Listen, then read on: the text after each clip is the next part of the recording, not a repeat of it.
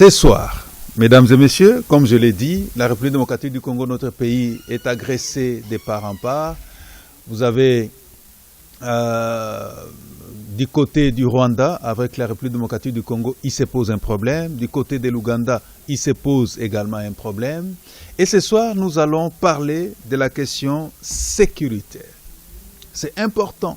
C'est vrai, à chaque fois que nous parlons de la science forensique, nous cherchons par tous les moyens à élargir les angles. Mais aujourd'hui, nous allons également parler des sciences forensiques et la question sécuritaire. Et pour en parler, comme vous le savez, nous avons le plaisir de recevoir sur ce plateau Maître Clément, bonsoir. Bonsoir, monsieur Raymond. C'est un plaisir pour nous de vous recevoir sur notre plateau. Et aujourd'hui, Maître Nalingi Tolo Balinga la Mingi. Parce que Mathieu Tolo Belalelo est tellement stratégique, est tellement importante. Et je souhaite vraiment de tout cœur pour que Moutounionso, vous allez connecter na télé 7 na poko lelo à comprendre de quoi nous sommes en train de parler. Ba papa, ba maman, bilenge basi pe bilenge mibali qui comprennent ce dont nous sommes en train de parler parce que c'est important. Si la réalisation est prête, elle peut nous proposer déjà le thème de ce soir. Comme ça peut nous permettre de mettre sur la même longueur d'onde avec les amis qui nous suivent à la maison. Maître, bonne santé. Merci, santé par la grâce de Dieu. Toujours remercier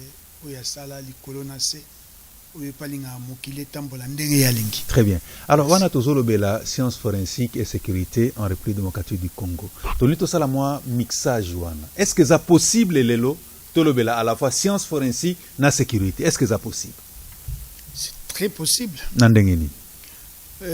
Parce que sécurité et lobby, science forensique et lobby, OEP et lobby. Ce qu'on a aussi mariage, au Roman, on ne peut pas parler de la sécurité sans la science forensique.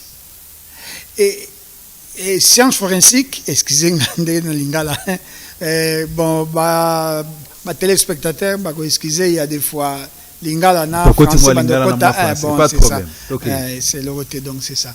La science, la sécurité, c'est la science forensique. Parce que pour définir science forensique, il y a une dimension ébélée, et puis sécurité, il y a une dimension ébélée. Nous avons d'abord la sécurité. Sécurité, c'est nini. Parce que les lois, la sécurité, sécurité, sécurité, donc le lobby, état présidence, état police, état non. La sécurité est la définition que est pendant ce temps où on a vu sur le côté français in globo donc on a pendant ya mozindo sécurité est état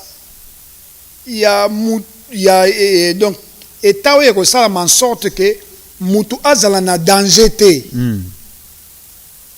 hein azana risque té ba risque zebele na ba domaine nyonso ba risque ezali alors tant ba tiaka sécurité ezali pona ko sala en sorte que mutu na azana risque té et loko wana ezala na risque té potolo bilaka na mutu té et loko wana ezala na risque té mutu wana azana na risque té makambu wana ezala na risque té biloko wana ezala na risque té ozomona alors beaucoup ça en sorte botia loko la ba barrière ba protection et loko moko sala en sorte que et loko yango oyo biso tolingi to sala ezala na risque té na repese exemple moko simple. Donc, quand tu parles de la sécurité alimentaire, il faut sécurité alimentaire. Et tu as dit que non, parce que la sécurité, c'est Minduki, c'est si, non. Sécurité alimentaire. Donc, la norme, pour empêcher que Batu, Balia Biloko, Oyo ya solo, netozana OCC Zawana, et ali Office congolais de contrôle. Donc, ils ont contrôler. Pourquoi ils ont contrôler? Ils ont contrôler. Pour te mabeyati. Donc, ça fait partie de la sécurité. Tous allez dans la caisse nationale, il y a sécurité sociale. Na pesi mbote na DG, il y a CNS. CNSS, attention, CNSS comme l'homme. Donc, alors, Bango Bazali, sur la caisse nationale de sécurité social. Bon, c'est la sécurité sociale. Alors, social et lobby, nini, social et lobby, les vécus quotidiens de la personne. Les social, c'est tout ce qui accompagne l'homme au quotidien. Bon, c'est la sécurité nango. Vous savez, tout ça, c'est la sécurité militaire. Ok, tu as la sécurité militaire, tu as la sécurité, tu as la sécurité informatique. Vous comprenez? Tout ça, la sécurité, tu as la vigile, au bazar qu'on garde, tout ça, la sécurité, à proximité, tout ça, la sécurité, la garde, la rapprocher. C'est une sécurité. Donc, pour nous, ça en sorte de m'abéyater. Alors, la sécurité, on a, nous, on a, et ça, la technique. Très bien. Parce que, on a la technique, pour anticiper le tout. Alors, ça, la technique. Et ce que la technique, c'est la science forensique. Parce que la science forensique est la technique utilisée pour démanteler l'auteur d'un crime. C'est vrai, la criminalistique. Ou dans le domaine, il y a criminalistique. Mais science forensique, il y a aussi la criminologie qui est là. Il y a aussi la criminalistique qui est là. Mais la science forensique, ils ont appliqué la criminalistique. Très bien. Et là, comme vous pouvez pour ça. Allez-y. Crime est salama. Mais si vous avez mais crime c'est ça, donc tu échoué ne lokoyo. Mais il faut bien et salami ndengenini. Pourquoi ça? Mais pour éviter que ça la mate. On a maintenant ce qu'on appelle le profilage criminel. Donc c'est-à-dire que ça en sorte que et ça la mate prochainement parce que c'est salami comme balobi les 20 tirés faut les bois. Maintenant faut tout temps mayele, tout ça la mayele ni pote biloko ne salamate. Ndengo mona ndenga kala nini ezaki bavise ezalaki bandoko opesaka bavise na batumi bando kendozu kaka ndenge ezalaki linzanza tomate onyati kaka bibi lokola bakache sec momoni siko mondela a changé amoni ke banini ebele bafraude mingi ekotaki na nini a changé akomi siko koprotégé mpa banini na ye bakomi basystème ya biométrique. Très bien. C'est ça. Alors maître, émission lelo ozwa temps ebele à koloba, mais parmi la sécurité, parce que j'ai vraiment souhaité on peut s'habiller au moins éclairage. Et je pense que Bino Bandeko Bozolanda Bisonanda, pour comprendre, maintenant quand on parle de la sécurité, il y a sécurité alimentaire, sécurité ceci, et il y a aussi la sécurité militaire. Actualité oblige. Nous devons parler également de la sécurité militaire. Comme ça, Toyo kana no rôle ya science forensique na makambwani za ndenge nini, et puis toko kota na bozindo elongona avocat ndenga lobby parce que lobby nyonso ba science ba sécurité nyonso lobby wana ezo sala nini technique. Et technique wana eza nini science forensique à Kolimbola. Alors maître, actualité oblige. Mayo, il y a quelques vidéos.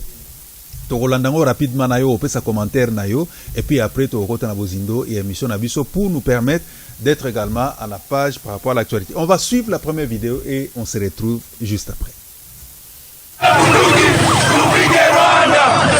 Ils sont peu nombreux, mais bruyants et déterminés.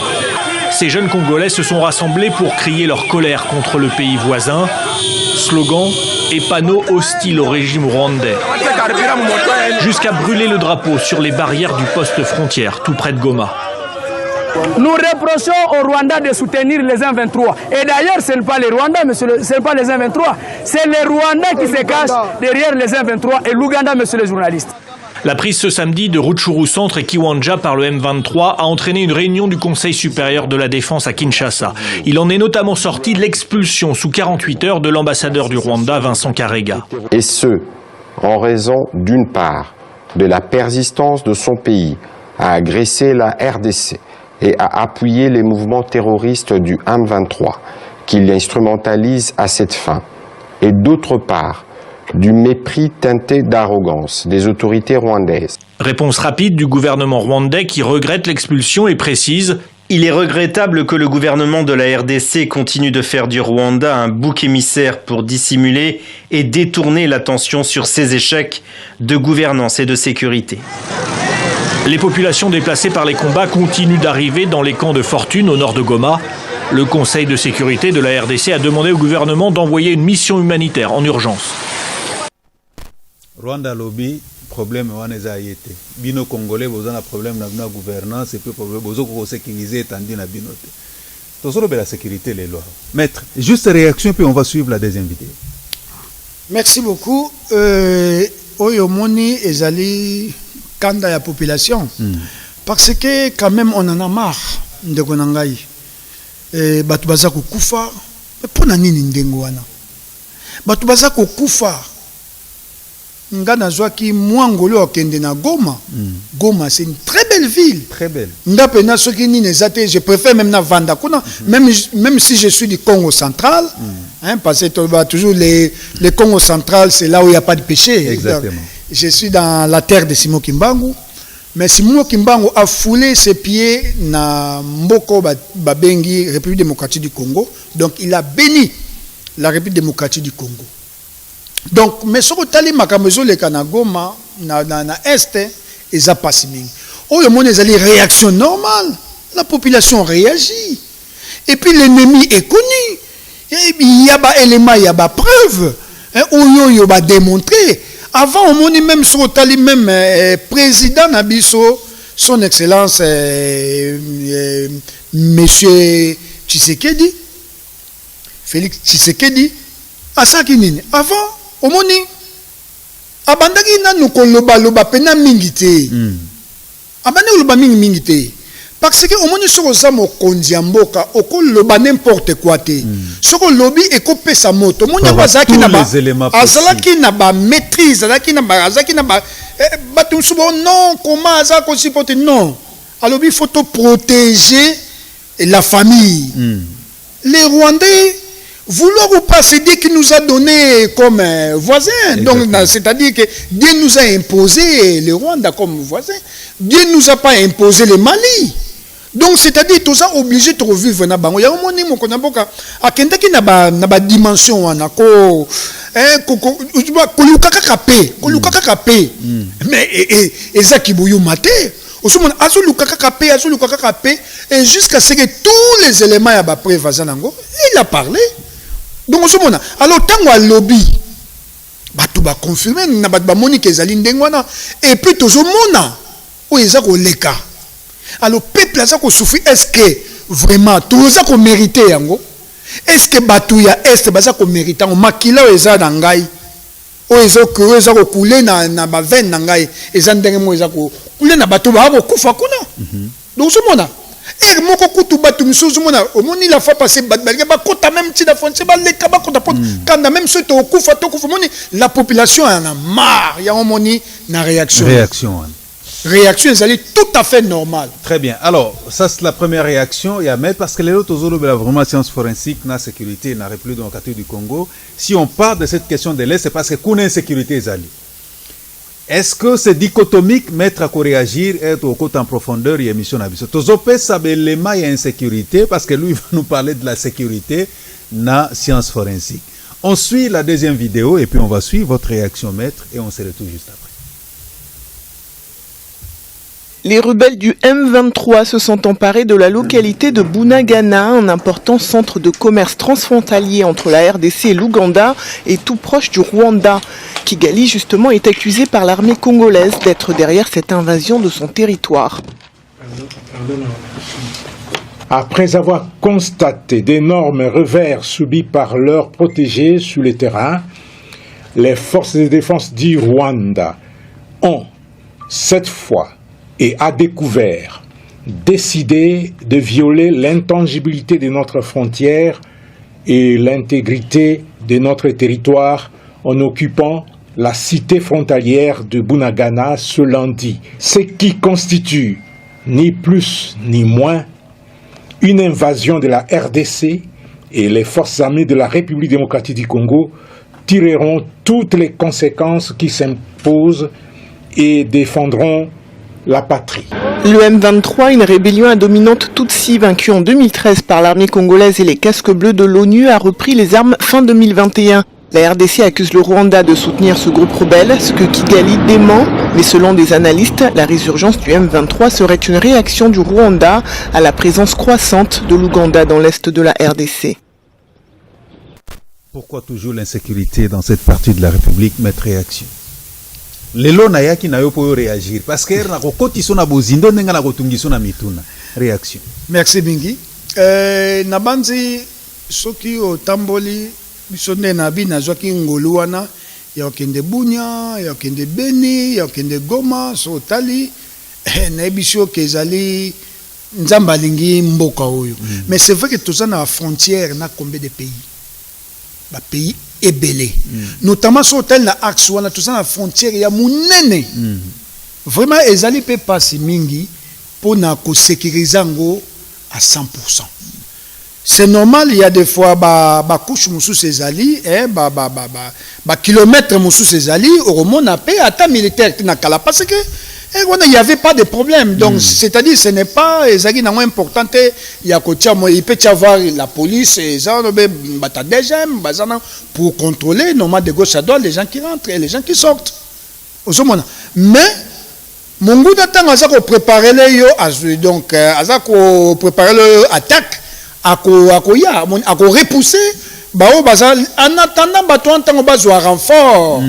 Alors, ville où on peut faire et zapper la population. Donc, c'est-à-dire que l'armée n'a pas une stratégie. Et quand on était par exemple, et bêta, parce que bombarder, tu peux bombarder, mais tu vas tuer aussi des civils. Il y a un moment que toi, tu n'as pas de en armée. Toi, tu n'as pas de oh, baza mayele. Bazali. Mais, ils allaient le comment qu'on dengue, tout Hollandi, la déclaration, c'était une surprise. C'est vrai. Mais comment on vit avec un voisin qui nous surprend négativement à chaque instant? C'est ce qui étonne, maître. Oui, il y a une intention. Ndenge to utsuko loba yozo sala makasi po évoluer, batumsu ba sala makasi po yozo échec. Pas ba kitsayo. Ozomona. Donc, c'est-à-dire que ni nabiswane ezali yoyebi ezelo ka bombaté. Pourquoi bazo salango na ba province mususu te kakawana yangi suroche ba yebi ba province wana ezali na ba matière o eza batebele baza koluka. Donc guerre na biso penza ezali nde pona biloko nzamba apesa biso apesa bango te. Mais lokola nzambe mutapesa biso yango nde na utako lokola nzambe mutapesa biso parce que justice nzambe ezali. Dieu peut faire d'une manière ou d'une autre. Aïbindeni à quoi attaquer. Na utuko le baké surprise wana ezali. Ba préparer yango pour ça la mandengwana. C'est vrai que na ba mesure ya sécurité ba erreur et pe cause là pourquoi on n'a pas sécurisé tel ceci, c'est vrai. Mais tu vois la rapidité il y a comme même munguna libanda et ça rappelle la technique de guerre ba militaire ba yebi ba couper ça peut ba consigne c'est vrai besoin que de mais pour éviter par exemple perdre ta vie humaine surtout dans la population civile parce que ce sont des humains ce sont des Congolais qui sont là à Bunangana. Si on va commencer à tuer les ennemis et les ennemis qui sont les rebelles et aussi nos populations pas ces raisons et la kakabiso yango monique bana toujours prôner na paix ba ça la cesser les faits. Cessez les faits, batika, pekaka, aux hommes. Alors, maître, on suit la troisième vidéo, réalisation. On nous propose la troisième vidéo et puis on va prendre la réaction de notre. Mokanda na zwaki yango 11h et notifié que pour la relation comme mabe il faut nabimi makamususu tokolandela kaka ba protocole na ba accord ya Luanda na ya Nairobi totala soki yango nde ko calmer situation boboto pe kimia ezonga. Kasi mokano ya ekolo Congo démocratique elingi penza koloba nini toyebi ba pesio déjà mokanda koloba kolongwa pona yo nini koloba nini? Et un message, il y a mécontentement côté Nabango, mais stoppé que processus à Nairobi, à Luanda, et continuer pour l'Ikambo Penza ou Ezo divisé par tout région Naba Congolais, Nakad Nabango, Ezo paye solution. Bongo mokando epesa melio elinko banini bazo pamela yo likambo moko tope ezana likambo ngate ezana likambo mboka mibale nga mutuna la representant mboka Rwanda donc message ya Rwanda et comme linga ezate que Vincent Karega asali boye te uto boye mais azo représenter mboka et je m'assume. Kasi sikoyo ozali wapi penza? Na ye Brazzaville kozwa pepo na biso rwandais ekokende dans quelques instants. Elingi loba nini sima mikolo okozonga na Kinshasa to pe ekozala ndenge nini? Nakanisi te nakozonga mais soki makambo ebongami mutu mosusu akozonga. L'essentiel il faut que bamboka ezala na relation. Kasi yo ozalaka na relation na ekolo Congo démocratique toyebi? Oui, nga na botama kuna na pola kuna nazalaka zairwa nazalaka congolais nazalaka na relation na nga ya makila nazala na relation na bato. C'est l'ambassadeur rwandais Vesaka. Mais toi c'est qui? Na expression que nazalaka zairwa donc et le bébé de l'identité à l'identification. Parce que les problèmes d'identification posent problème et les problèmes d'identité. Oui. La réaction d'abord, au moni, la République démocratique du Congo pose une décision Oyo, c'est-à-dire ils ont qui temps. Qui temps. Il y a qu'à réfléchir et puis c'est une réaction. C'est une réaction Oyo Bango Basali après avoir réfléchi. C'est une réaction de notre patrie. Pona bamonete toza ne sengota mukete. On ne blague plus. Toza ne sengote.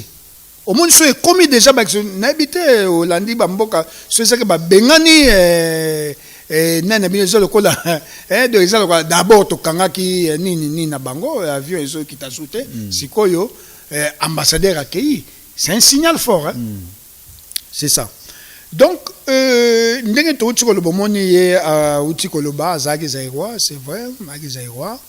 Yango na uti ko loba. Bien parfaitement lingala. Oui oui, c'est bien mais attendez na Lubumbashi, attendez na Lubumbashi selon oyo ba. Et puis il m'aura confirmé. Oui oui, doit confirmer donc c'est ça. Donc azali avant dia wa mingi, avant dia wa do ayebi penamboka. Ayebi penamboka. Donc, c'est-à-dire que le Congo, c'est un pays hospitalier. Nabanzi to boaka étranger, nabanzi omoni tondi makaka. Tala ba nationalité boni ezali. Tala ndenge to vanda na bango na mboka msuta biso to vanda mboka bapaya na tambola na mboka ebela bapaya mais oza ko se sentir penze étranger. Mais awa na mboka na biso donc même se sentir moupaya. Oui donc le Congo c'est un pays hospitalier. Donc toza pena na hospitalité ezali là en tout cas eza motema onzamba tiakat na biso. Mutu muso ebi kolongola ngote. Alors mais maintenant faut te banani za congolais nana za congolais. Maintenant on entre dans les vifs de notre matière. Mais c'est ça. Sciences forensiques et sécurité en République démocratique du Congo, c'est un signal fort que nous voulons lancer dans cette émission.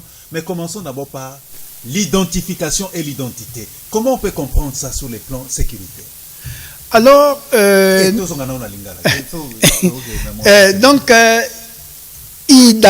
de l'identité à l'identification. Et ça va ni na komi mingi. Na régime ya kala na komela ki bango projet de la mise en place d'un outil de l'identification à l'identité. Donc de l'identité à l'identification. C'est-à-dire identité, identification. C'est-à-dire que awa watuza kotambola na mutu aza nani? Auti wapi? Aza muta wapi? Pourquoi? Parce que insécurité donc qui est contraire à la sécurité et bandara mingi wana. Exactement. Donc ceux qui ont la capacité à maîtriser l'identification et à base de données on ne connaît pas. Ngana landa ki réaction mon habité so la na so tel na bilili mingi le défunt papa Tshisekedi paix à son âme.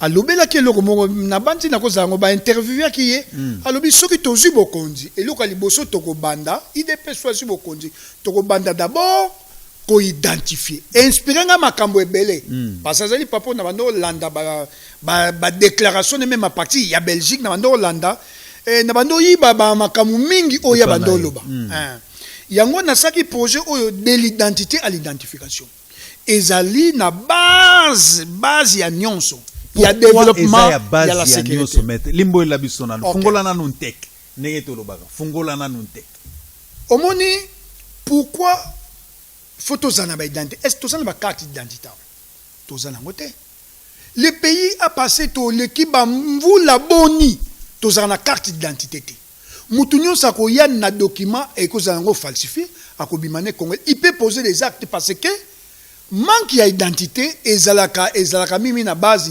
ya insécurité même côté ba vol mais côté ba criminalité côté tout ce qui est crime na ndenge nini maître limbola nan nakoki koya na document moko frauduleux na kepe ko zombongo nakoya pe na document moko frauduleux na koti par exemple na base militaire mon ko sala crime na bimi nakoya na véhicule moko ba identifier mutuka te na plaque moko pa ya mabe na koti na sali pe crime na tie bombe na bi sumona eza ko créer donc c'est-à-dire que ce qui ba identifier nazo ba d'abord na identification des ali kaka na batute eza na makambo ebele to kota na mozindo même na ba mituka même na makambo donc ebele na ba personne habillée tout donc tant que tozo kende congolais awa so tali bien que tozali je pense le seul pays où to na carte d'identité toza na carte d'électeur sikoyo la loi ko du faisant foi ya carte d'identité. Oui, à cause de la provisoire. Mais pendant combien de temps pendant combien de temps depuis tout ça qui n'a pas carte wana ya nino ya oya mobutu wana ya nini wana tout ça. Au monde mais ça qui même pour na ko falsifier ça qui passe et ça qui passe il y a des fois faut tani mais faut ba yeba que ça falsifié. Mais ba oyo moni ba biloka munyato ebime bele. Et ça ko créer mutu nyosa ko loba aza congolais. On nga aza congolais. Mais aussi longtemps to identifier yete. Là, par exemple, na mikili ya poto. Pourquoi sécurité n'habite que bazana sécurité à 100%? Maximum. Mais le maximum mes ali. Soko kota. Pourquoi ba identifier ba? Ba ko identifier nani? Baza ko appliquer ce qu'on appelle la biométrie. Mais biso peut appliquer la biométrie. Biométrie donc tu appliques comment? Tout ça na béré rebelle photo comprendre ça en interne. Et c'est tout ça la toilettage de biloko ebele. Na ndenge nini mais toilettage na biloko ebele faut créer une base de données. Na base de données ça ba base ya ba senito etaka misaboye non. Il faut vraiment base de données la base de données wana eko aider. Donc il y a empreinte. Parce que tout ça empreinte mi balé, tout ça ce qu'on appelle empreinte génétique na empreinte digitale. Empreinte génétique il y a wana eko tu ba ADN, soit ADN nucléaire, soit ADN mitochondrial. Na ba empreinte digital yango omoni oyo totiaka misapi wana soki omoni même soko ke kosenga visa basengi d'abord remplir formulaire. Pourquoi basenga ko remplir formulaire? Et ça peut pas identifier yo tango ba ko identifier yo ba identifier que non c'est monsieur Raymond ceci cela journaliste et papa alors ba ebiso soko tia misapi tango tia misapi soko changer ki kombo musu oza par exemple signaler na nini ba koyeba monsieur Raymond aza signaler pas mbala mo ba ko tia maboko ça c'est clair. Donc tous ces alliés qui lutter contre l'insécurité. C'est une lutte contre l'insécurité. Moi na ba domaine mo yango mo mundele ko kanisate misapi o tiaka soko komi na aéroport moi je l'ai o tie sous misapi ba ko senga tia misapi exactement je l'ai pourquoi ba tiaka misapi basa na base de données exactement basa nango c'est-à-dire yo ko sala criminel na kat ba bi ka moto yo yango moni ba bi les enquêtes aboutissent un peu vite en Europe mais ici chez nous les enquêtes aboutissent difficilement. Pourquoi? Parce que tous on a problème il y a identification. Toi on a un problème il y a identité. C'est la base aujourd'hui maître. Des fois, quand on quitte, par exemple, l'Europe et on revient dans notre propre pays, c'est-à-dire, moi, mon passeport, par exemple, que ce soit à Genève, que ce soit à Bruxelles, Batié Ango, identité Movimbevimi. Mais bien sûr. Et puis, facilement, je suis passé. Bien sûr. Parce que, Batali empreinte Nanga normal, c'est lui, je suis maintenant, passé. On a besoin d'authentification. Voilà. Parce que quand la détenteur, il y a un passeport, tu habites sur les aéros. Exactement. Il faut authentifier. Il faut authentifier. Authentification, c'est une autre technique. Très bien. D'abord, c'est un faux ou bien c'est un bon. D'abord, on est l'équipe na nini. Tant que l'équipe na ba infrarouge batali, S'il n'y a pas des éléments de sécurité, parce que tu as passeport, ce que tu as l'action même carte d'antenne, tu as des éléments de sécurité. So la question par exemple, la carte électeur il y a 2006 ezali. Hein, vraiment besoin de temps ya ko sala mais oya siko ezate. Et là, vous comprenez? Ezate même na ba problème par exemple ba fraude électorale et ko zaper na wanati. Et ko créer insécurité parce que batumsu ba ko salisa banini ebele akoya ko voter plusieurs fois. Yango moni na kababi non bourage batu ba sale batu ba voter banini ceci. Et ça, tout ça parce que tout le monde a identification, maître, je crois, et ça socle à Makambounios. Socle à Makambounios. Et ça élément de base. Donc, les dénominateurs communs pour la lutte contre l'insécurité. Mais pourquoi on en a dans tous les domaines. Est-ce qu'on en a en RDC? J'ai peut-être mal posé la question, peut-être Ezali, ils experts. Est-ce que tout ça en a en RDC? Base de données, où ils ont identifié Bissonios en tant que peuple. Bon, Nabanti, la question est bien placée autour de na bato oyo basala ka musala wana o bazanango o basala dongo musala mengai à mon humble avis na bi que ça na difficulté wana to ko za quand même na quelques données net la fois parce que ça ba recensement mais attention na za ko beta cette mingi ba base de données il y a recensement, ce n'est pas la même base de données. Autre ça na base de données nationale où ils allaient pour ça en sorte que tout identifié. Ce n'est pas ça, c'est ça seulement la raison peut-être il y a élection. Mais nous devons avoir parce que l'identité ouana est comme l'identité judiciaire. À l'époque, si tu as un problème judiciaire, on sait directement vous identifier, vous authentifier. Très bien. Donc, et ça, les mamans mundele si à comprendre à changer yango monique na kalezali na pe sur exemple. Tant biso de kendaki kala na poto ezaki système ezaki net na Londres. Oroboka ngunda komba ville ezaki belé oboki ngunda awa. Oboki ngunda na ville mususu. Oboki ngunda na ville mususu oroboka ta 10. Même na awa par exemple na pe exemple na Kinshasa. Na matete okobwaka na 5 communes. Alors si autant ba no futo zo mbongo ya banini wanyos. Ya mwana mais étranger zo wula étranger mais azo zo mbongo. Omoni moko journal moko komaki na Londres parce que na Kalabando ba Londres pepele Londres pepele. Alors bango moko siko ba ko changer babi Pepele is finished in London. Pepele is finished in London. Kangili dusu na. Non, kangili dusu na Londres Pepele esili. Eza nini? Ezali eza nde mayele bango ba continue mayele ba ya on sikopo ba komi siko allez il faut emprunter ça et puis ba komi ko futa donc partout nangonga moko. Très bien. Alors pour éviter donc au moins ezali ba technique au baptisé donc il faut tout talaka makambo zo le kandeni to réfléchir ya moni même mutu même mwana muke ayeko pese de papa ke babo yoka inan.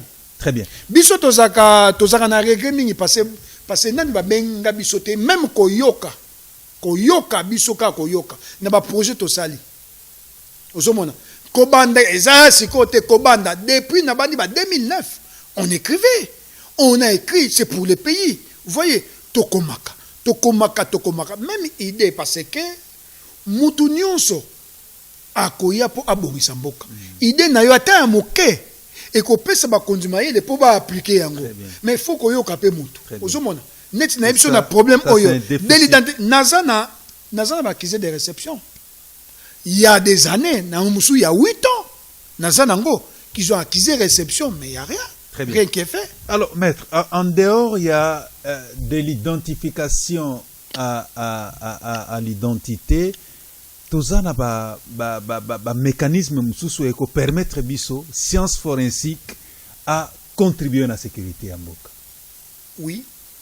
Au moni, tant que tu as l'insécurité, l'insécurité est dans domaine belé to ba to zapen insécurité alimentaire to zapen insécurité aérienne na tour de contrôle et ça bien te ça ba do matibo ko sala cash tout et ça ba bloqué belé mais ce que salami parce que le problème est qu'il y a et singeli que mais ba konti ba réfléchir sur quoi ba changer pour éviter le connaissement. On a parlé que c'est le profilage criminel. Donc quand il y a déjà un crime, on cherche maintenant à identifier, à savoir les kinderini et les kinderini. Science forensique n'engage tout lobby.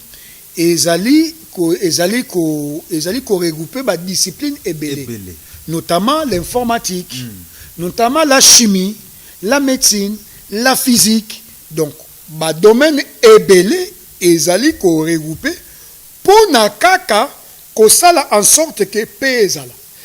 Pour na ko parler na justice juste parce que faut yebelo komoko. Injustice paix ezala na base insécurité. Oui bien. Si on n'a pas ce exemple moko. Bateau bazar le bana bateau M23. Raison na bango ezani. Pourquoi bazar quoi babi baba congolais babi baba congolais.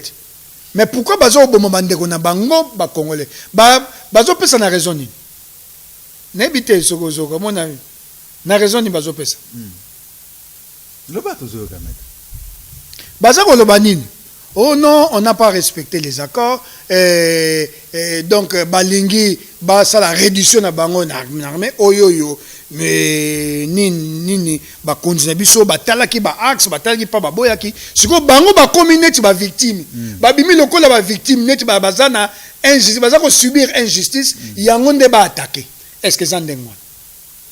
Ozomona. Donc, c'est-à-dire que n'a pas ce exemple d'une manière il y a mala, mon pe na ndenga mabe, mutu musu à cause du contexte et injustice pour ça la crime.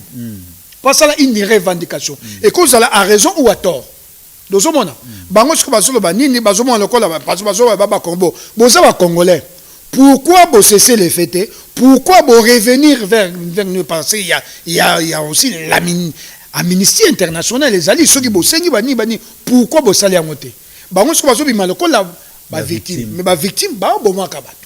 Baza ko salaka pa mabe ba ko tia bato na insécurité alors obida insécurité et même ka pauvreté ozomona alors pauvreté bande ko na biso d'abord ba na pasi ba comme na pauvreté même to kota na pauvreté alimentaire parce qu'ils ne vont plus arriver à cultiver et yo ba salaka pa biloko na bango pour ba récolter et ko comme ba retard ba ko comme to kota sous na problème sous il y a sous alimentation vous voyez et ça a des conséquences ébélées ozomona mais bango baza ko yebate baza ko mona ngote soi-disant les Congolais là qui sont tentés de combattre leur pays, qui sont tentés de tuer leurs frères et sœurs. Moi, je pense que c'est vraiment de la normale revendication et Vandi Nanzelate. On peut suivre la dernière vidéo, Maître va réagir. Et puis, on le un peu par rapport à ce qui... Parce que moi, la question que je me pose depuis l'émission, est-ce que vous avez la capacité de l'émission de démontrer les bisous que la foi et confiance dans la science forensique pour que l'élément par exemple dans l'Est de la sécurité en boka science forensique et accompagner Bango pour que Tolonga Munguna vous allez réagir réagir. On suit la dernière vidéo et puis on prend la réaction des maîtres et puis il répond à notre question. Le M23 s'est installé à Rutshuru centre et dans le village proche de Kiwanja. La nouvelle poussée des rebelles a forcé l'armée à se replier selon les témoignages sur place. Quand ça a sonné juste aux 7h30, c'est là que nous avons commencé à écouter les détonations au niveau de la partie est de la commune de Rutshuru. Et c'est là qu'il y avait donc le débordement des éléments du M23. Lorsqu'il y avait échange de tirs, les militaires ont jamais de se retirer et c'est comme ça que les éléments du M23 ont occupé Kiwanja. Lorsqu'il y a eu une accalmie qui s'est observée, ils ont appelé la population, ils ont organisé un mini-meeting. Il y a la population qui est venue, comme elle est habituée toujours à la guerre. Alors, la population est venue, en tout cas, il y avait la masse. Il y avait certains messages qu'ils ont donnés à la population. Ils disent qu'ils viennent le protéger, ils viennent pour la paix, donc que la population ne puisse pas craindre. Des casques bleus et des civils ont été blessés dans les affrontements du matin, mais la situation sur place était calme en fin de journée. Les déplacés continuent d'affluer au nord de Goma, dans le camp de Kanyaruchinya. Tous les jours, des familles entières se regroupent. Sans abri, elles demandent une forte assistance alimentaire. Depuis vendredi, beaucoup de déplacés viennent ici. Selon les sites enregistrés, nous sommes déjà à 2521 ménages. Et cela se multiplie. Nous lançons un SOS aux autorités pour nous venir en aide. La société civile du Nord Kivu, par son président, a appelé à une mobilisation de la population pour faire face. Nous décidons d'entamer les actions de grande envergure suivantes. Les gens ont fait quoi pour subir tout ça? Au moins, même Satan, même Satan. Quand je vois ces pauvres dames, qu'est-ce qu'elles ont fait pour subir ça? Il y a défunt maréchal paix à son âme. Même si on va signer les accords avec les diables, on va les faire pour qu'il y ait la paix. Pourquoi le Bakiango? Parce que quand il n'y a pas la paix, il ne sait pas faire sa politique. Quand il n'y a pas la paix, donc quand il y a l'insécurité, pour parler, parce que l'insécurité est même répétée. Quand il y a l'insécurité, donc c'est-à-dire que peuple naïe, parce que comme tous les président Fachi, peuple naïe, où il va voter que peuple naïe, où il y a Zokamba, Nangonga Oyo, azana na peuple naïe. Ce qui peuple moka zoki, ou bien mutu moka zoki, ou bien nini, passe, ou bien babomi boye, message j'entends à yo karazaka kimiate. Par exemple, passe, hein, kozala mokonjambo, que ça passe. Et ça peut faciliter. C'est une tâche difficile. Parce que même moralement, ozala kimiate. Alors, quand tu as la boye, même yemoko mokonjambo, tu as la boye, moni, kimia kozana ngopete. Parce que ayebi, conséquence ya babiloko et ko benda ba maladie belé hein ba maladie donc qui belé parce que sont ba conditions hygiéniques par exemple et ko ça sou bien té alors moni bazolo ba que même pour na kolia et comme il passe il faut donc tu vois et comme même sous alimentation na ba problème monsieur ko ya encore de plus tout ça dernier problème na biso alors ba problème monsieur zoya pour na makambo oyoyo biso kutu donc c'est-à-dire que la population n'a rien à voir avec ça. Mais baza ko agresser biso oyo moni bazo telema ba olo ke ba lati ba teni ya ba FRDC na biso on a ba ki na identification. Même chez les militaires il faut identifier qui est qui. C'est très important tant na zolo bela. Pourquoi? Parce que ce sont des gens toujours oyo ba se rebella kana so talipé au côté na mozindo ba origine na bango mona ba origine moko douteuse. Alors parce que un vrai Congolais ngana yebi muke. Mon frère, Oyebi, Congolais, Namakila na bisonde to na 111 ans batia Congolais. Popenda azwa macheta kata muninga asala non eza nature ya ba Congolais te ça na ebité muta au contredire eza nature ya ba Congolais mais toujours mona wa misuto mona ki ba musu ba kata nzoto musu na ba machette je n'ai jamais vu un Congolais je n'ai jamais vu peut-être que ba kamoko isolé ça peut arriver exceptionnel. Même Babiloko, il y a une sécurité comme il y a Bakuluna. Comment est-ce que les jeunes gens ont machette kokata mutu? Donc, Ezali Babiloko moko, c'est très satanique. Et où tu pas imususu? Ezali ba sans mususu ezo kota. Baba, yango musu babaga. Ba mélange musu donc koto salaga. Créer la biso ba problème. Et créer la biso ba problème hein. Alors maître, question nangana tuna, je crois que on va vous accorder vraiment suffisamment de temps parce que on doit chiter. Science forensique.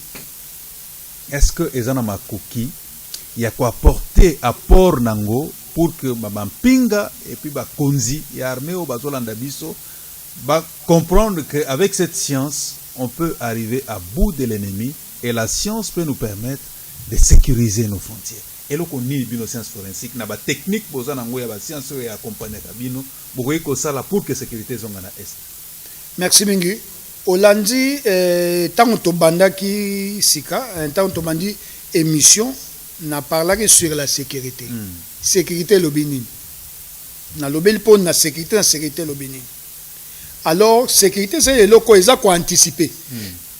Pour te mabe yate. Passer yate. Ozomona. Alors, ba technique sikoyo oyo yo pa ba ko utiliser pour na mabe yate passer yate na domaine ni. Na domaine par exemple au Italie il y a garder ma frontière na biso. Il y a des propositions aux sciences forensiques comme ça là. Au ezali ezana ngote ya ko luka ezali. Mais il y a des stratégies musu to lo ba boyete. To lo ba na télévision te mais ce qu'aux sciences forensiques au Italie on a domaine ya sécurité. On a par exemple, il y a les renseignements forensiques. Toujours dans le service de renseignement, sur le dans le service de renseignement, sur le même dans niveau militaire, dans le service de renseignement, dans la police, dans le service de renseignement. Pourquoi tu as le service de renseignement? Parce qu'il peut y avoir un problème. Dans le niveau de la police, il y a des gens qui sont doués, qui sont formés pour les renseignements, il y a la police. Dans le niveau de militaire, il y a aussi les renseignements militaires. Tu vas aller à Mayele, il y a Boigna, au Bazali. Baza peut péter, baza bato a Boigna, baza peut bato a Mayele. Oyoyo, baza na ba technique qui peut, mais peut-être biso toroya kaka na appui. Toroya na appui pour na appui wana ezali ko permettre bango pour ba accomplir mission na bango parce que c'est une tâche difficile. C'est vrai, il faut qu'on reconnaître eza passe, eza facilité, ko sécuriser par exemple la frontière wana tout au long wana eza facilité. Alors il faut que na domaine il y a anticipation. Tout banda d'abord ngana bina yo. Premier point, c'est l'identification. À part ça, il y a des technologies. La fois passée, il y a surveillance, par exemple, il y a frontière. Tout ça, c'est une proposition. C'est proposition parce qu'il y a le magistrat suprême, Azali numéro 1, à Koki qu'on s'impose pour te la faire. Pour que sauté. Donc ça, c'est ce qu'on appelle le profilage criminel. Parce que ça l'a mis déjà, c'est que tout réfléchir et ça l'a sous-souté. Ou bien que ça l'a mis d'une manière vraiment minime. Minime, quoi. De toboïté, agression, mais d'une manière minime. Pourquoi? Parce que, et ça passe. Batukuna baebi mundo kite ba sala bilanga na bango baliaka kaka na bilanga baliaka kaka na misu baliaka na pêche misu baliaka na chasse. Si ko moya kende chasse ezate moya kende ko sala pa babilangane ezate alors batwana ba ko mona passe ozomona d'où la science forensique est la technique nabi c'est l'ensemble des techniques qu'on utilise. On peut utiliser même pour démanteler l'auteur d'un crime. Si on démantèle l'auteur d'un crime, on applique le profilage. Mais par exemple, la science forensique, tu as une balistique lésionnelle. Tout ça, la balistique. Nous-mêmes, à partir d'armes, tu as identifié armes. Armes en Uchuapi, et Uchuapi, à distance nini, Batiran, à distance nini. Donc, à partir d'armes, et ça, ma preuve. La preuve irréfutable. Donc, alors, la formation, dans la bête, la formation. Nous devons former une équipe. Nous devons former des gens. Des gens où bazapé na plateau technique. Donc baza donc en fait na tout ce qui est instrument pour travailler parce qu'il faut faire attention aussi. Vous pouvez voir notre pays est sous embargo. Il y a moins pas baza pour profiter. Toi on a une armée forte. Tout le monde a une armée forte, tu dis. C'est quoi cette histoire-là? Tout le monde a une armée forte. Ça, je confirme et puis je dis. Malgré infiltré, donc infiltration, mais nous avons une armée forte. Nanyabungi, RDCT. Tout ça, une armée forte. Parce que nous sommes sous embargo. Pourquoi nous sommes sous embargo? Entre parenthèses. Tout le monde. Donc, Bayebi, qu'est-ce que Bazongi biso Bani, Ndenge Torobek, Bayebi. Mais avec Dieu, nous vaincrons. Nous vaincrons. Maître, Tokomina Souk émission, principe Sengi Ota la caméra, en 1 minute, qu'est-ce qu'on peut retenir? Parce que dans Mingi, la réponse au Pessingaï, je suis très content pour ne pas vous flatter. Et je me suis vraiment rendu compte que nous avons une science qui peut nous aider. Parce que, technique au Yopession, surtout à profilage criminel, moi je pense que c'est important.